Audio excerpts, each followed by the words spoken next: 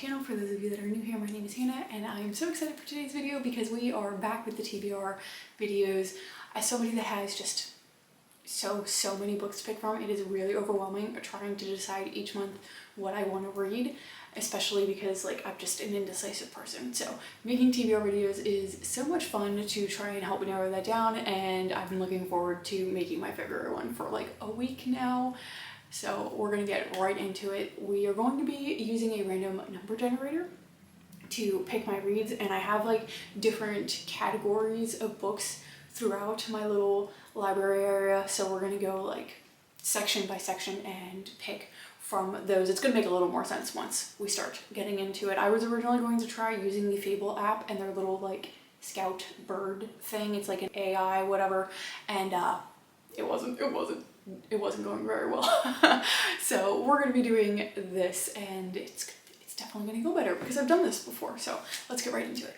So first up, we have the stacks in front of my little book cart. There are 31 books in that, and we're going to use that as our first set of numbers. This one has like some series in it, so if it picks one that's in like the middle of the series, we're just going to read the first book in the series, because I feel like that makes the most sense. All right, so we got 1 through 30, I think I said 31. Generate 2. 1, 2. Okay, so our first book is Bewitched, which I'm very excited about. I wanted to get to this last fall and I didn't. We'll go through all the books at the end and sort of go over the descriptions for them and everything. So moving on, we have the book cart. That's going to take me a little bit longer to count all the books on that, so just give me a second. So the book cart has 64 on it. So we'll plug that into our generator. Generate. Okay, we have 49. Let's see where that puts us.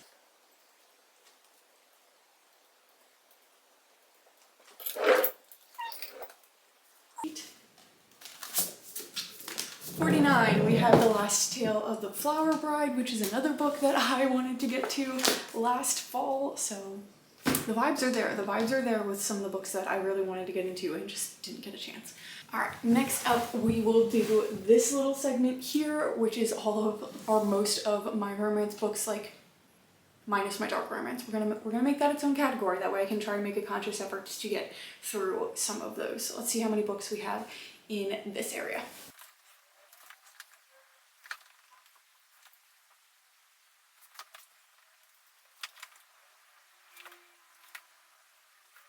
So there's 92 books in that section. This our generator, 92. That makes it easy. I know exactly where that book was, and so the weird way I went zigzagging through. It's going to be this one, which is The Long Game by Elena Omas. I've heard very mixed things about this, so we will see. Then we're going to move into, like I said, my dark romance, which is like these two shelves. Now, I will say I do already have a dark romance that is going to be on my TBR because it's part of a book club that I am in on Facebook, and that's going to be the Mind F series. I've just heard incredible things, so I'm really excited about that. So we'll put that on the stack over there, and then we will go ahead and count through all of these and see which one I end up picking. A lot of these are really long series, so I'm feeling I'm going to end up starting a new series. Great, so there's 43 books, 24. So we'll go this way, I guess. 1, 2, 3, 4, 5, 6. 1, 2, 3, 4, 5, 6, 7, 8, 9, 10, 11, 12, 13, 14, 15, 16, 17, 18, 19, 20, 21, 22, 23, 24. Actually managed to fall directly on the beginning of a series, and I had a feeling there was a really good odds that I was gonna pick somewhere in their series. So that's Neon Gods by Kate Robert. Then moving on to our next category, we have my special edition books. I try to read one of my Sprayed Edge books every month because I keep getting them in my subscription boxes and I'm not making any progress with them. So we're going to use that as its own section. So there's 55 of those. 6. 1, 2, 3, 4, 5, 6.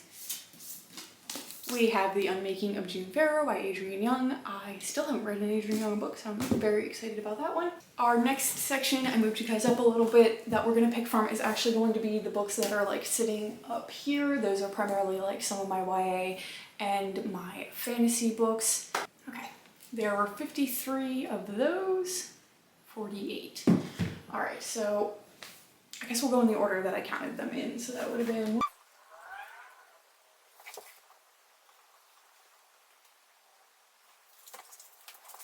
so we landed on The Fever Code by James Dasher. This is one of the prequels to The Maze Runner. I think, though, that technically Kill Order comes before this as one of the prequel. I've read the original trilogy, I just haven't read the prequel. So I think actually I need to read Kill Order before this one, so we're gonna swap those out like I said I would if I got like a weird. Our next little section is going to be this cutie little basket that I have that I just randomly decided to put some books in. Alright, there's 23 in that basket. Alright, we have 15. I was counting from like the bottom up in the stacks. So 1, 2, 3, 4, 13, 14, 15. Oh boy, okay.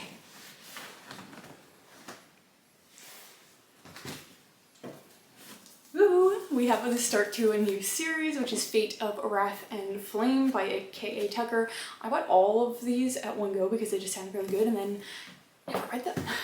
And we'll move over to my next shelf. I have a couple more categories to go and then I promise we'll be done. My next one is going to be my Mary Higgins Clark books. Mary Higgins Clark and Agatha Christie are ones that I try to read one each month for the same reason as my Spread Edges. I just have so many of them and I'm not making any progress getting through them.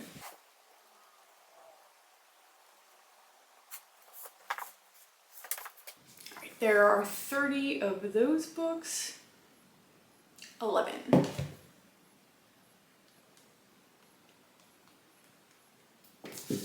We have The Melody Lingers On by Mary Higgins Clark.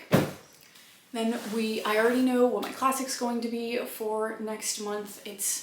I'll grab it for the wrap up at the end, but it's going to be like short stories by James Irving. I think it's James Irving, and he wrote The Legend of Sleepy Hollow, like the Headless Horseman. I had already started it and read the one, and I'm going to try to work my way through the rest of those short stories. So we already have that figured out. We will do my Agatha Christie books next.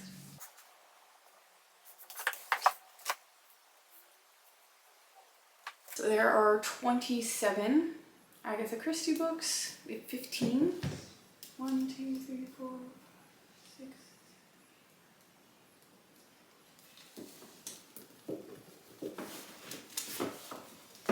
We have By the Pricking of My Thumbs.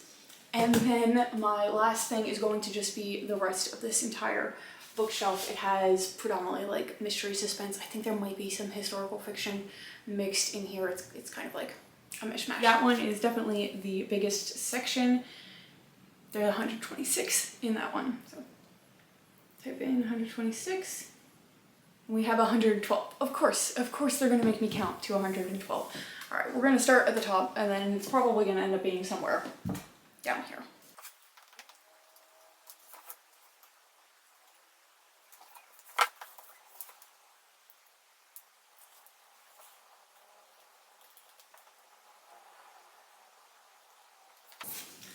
It was in fact all the way down there, and that is November Road. So that is all of the categories I have. We'll go over all of the books collectively now and sort of give a little synopsis on them.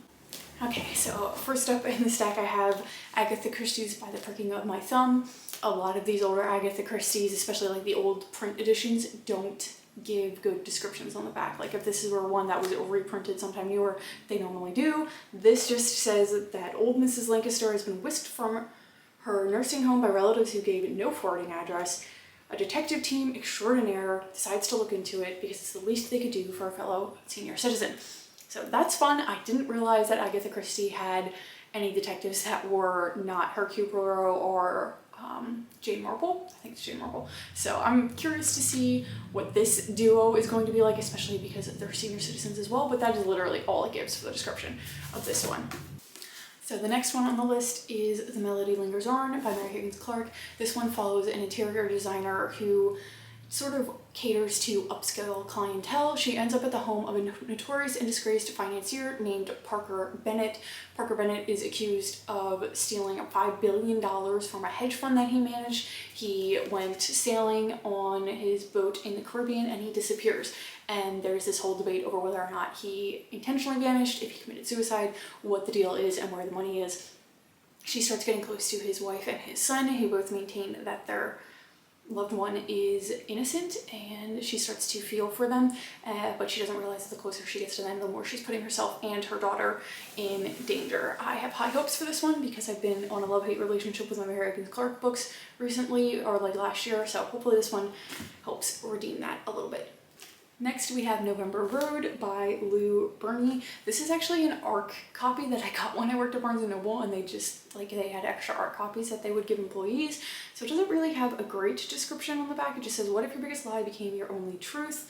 This tense and riveting thriller unfolds in the shadow of the assassination of JFK and is a deeply moving love story about people caught in moral dilemmas for which there are no easy answers, and you together find hope against all odds.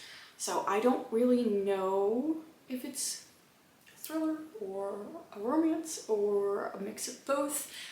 We're gonna go into this kind of blind, and I'm perfectly okay with that. Next we have the start of a new fantasy series, and it's called A Fate of Wrath and Flame.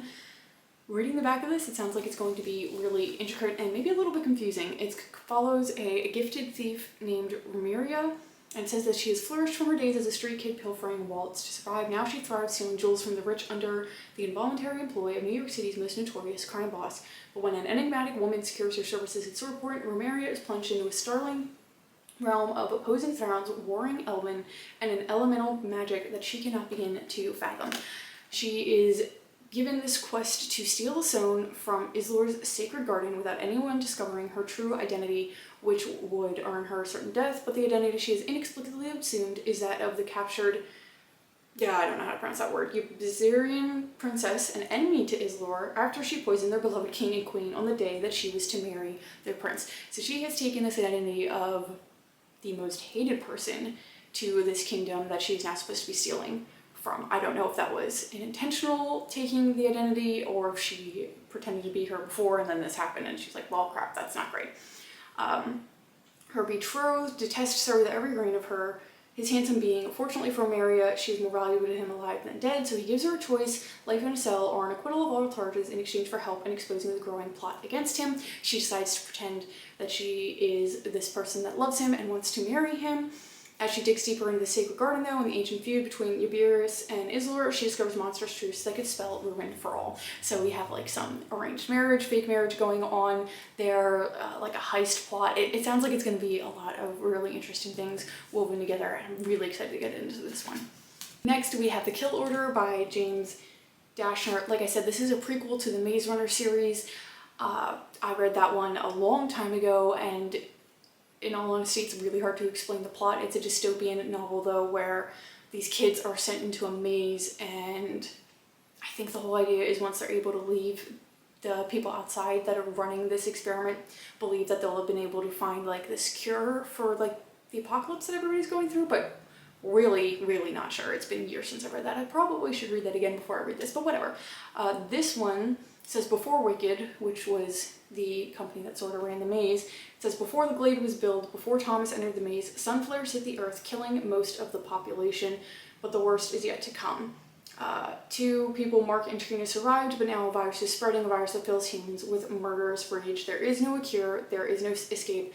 They're convinced that there's a way to save those who are left if they can stay alive, because in this new devastating world, every life is a price, and to some you're worth more dead than alive. So this is actually probably going to help fill in some of the gaps that I have about the Maze Runner, and it should be really short, so I'm kind of excited to get into it. I don't know why I never read it after I read the original trilogy, I just didn't. So next we have The Unmaking of June Farrow, and I have this gorgeous Fairy Loot edition, which I didn't know anything about this book when I decided to buy it, but it was really pretty, so I bought it.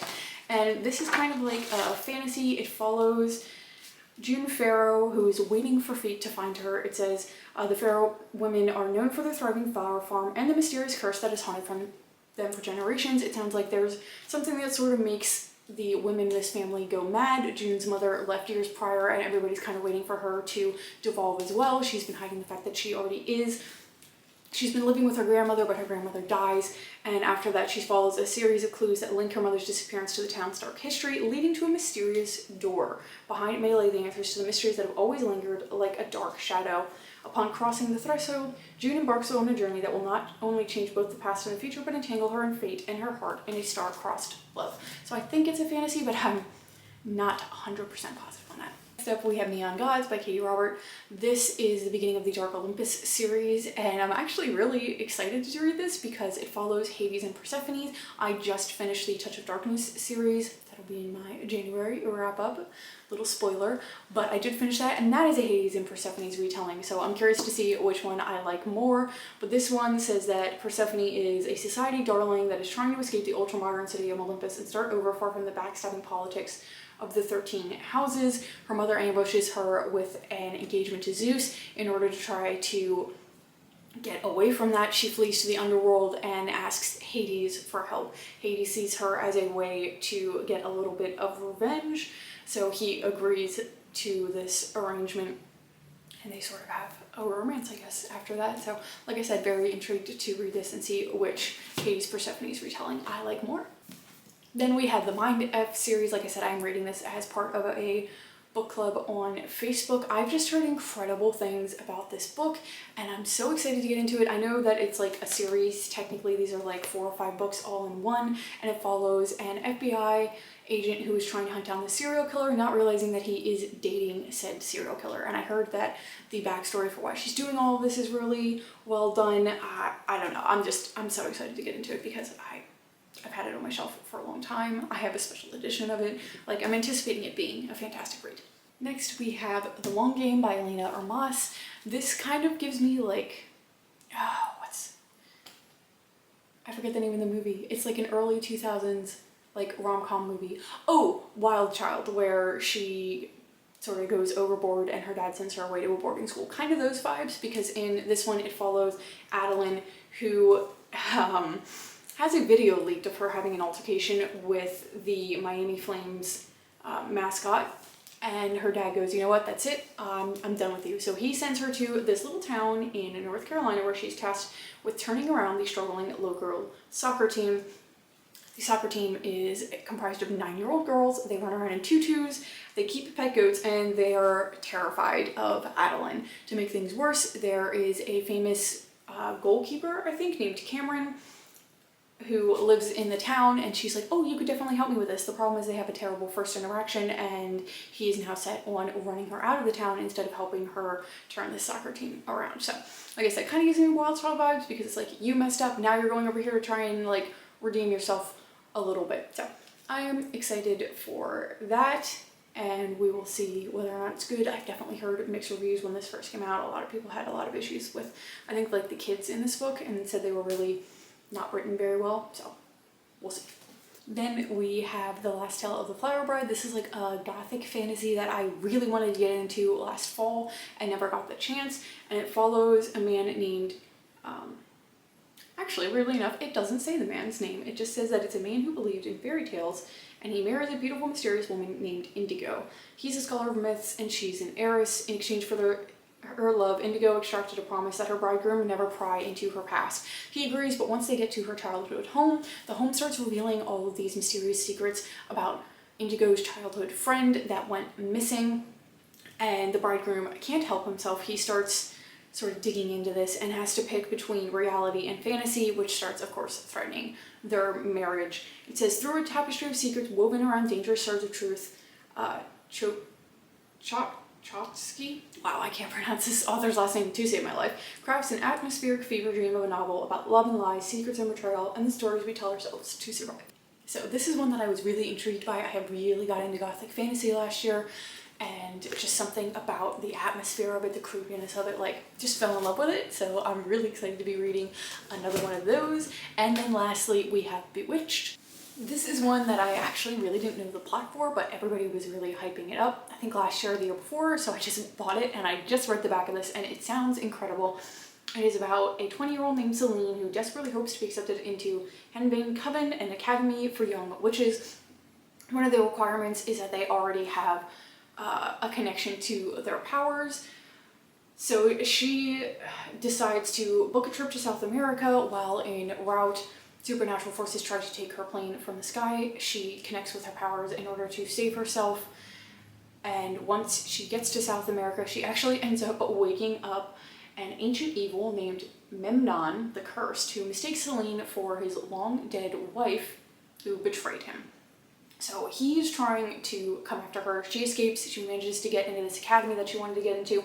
Memnon follows her, ends up killing some of the witches and everything that are at the school, and Selene starts to be blamed for this because as part of using her powers to save the plane, she's losing her memories. Like, that was the cost of using her powers. So because she has no memory of recent events, she's accused of the murders, and she must rely on Memnon's help for answers, and his plan for her will change everything. So I'm very curious to see the way we shift from him trying to kill her to him now helping her escape from the murders that he committed. So maybe he didn't commit them. Ooh, that would be a fun plot twist. Or maybe I'm just reading the back of that wrong and I'm making the assumption that he committed them. Anyway, not important. Other than those, I do have one more book that I don't own the physical copy of that I want to read in February, and that is the second book in the Mistborn series. I joined a book club on Fable with one of the girls from TikTok, and we're working our way through the Cosmere. That was one of my goals for 2025, so I'm really excited to get into the second book for that series. I will not be giving away my thoughts on the first one. You will have to watch my January wrap up in order to hear what I think so far of Brandon Sanderson's universe, but that is all that I have for you guys. Thank you so much for watching and sticking around. It's been really fun getting back into a TBR video. If you guys have any suggestions on how to sort of pick my TBR each month, please let me know. Like I said, I tried to use the Fable app's like AI bird thing to pick, and it just kept picking the same books over and over again. I think I tried for like 20 minutes. So we're not going to be doing that. And doing like TBR prompts like a lot of people do sounds really fun, but I have so many. I have like 500 something books to choose from. That would just be a little bit too difficult, too broad a category to do it that way, unless if I have like really specific prompts. But anyway, if you guys have any suggestions for me, please let me know, and I will hopefully see you guys again in another video very soon. Bye.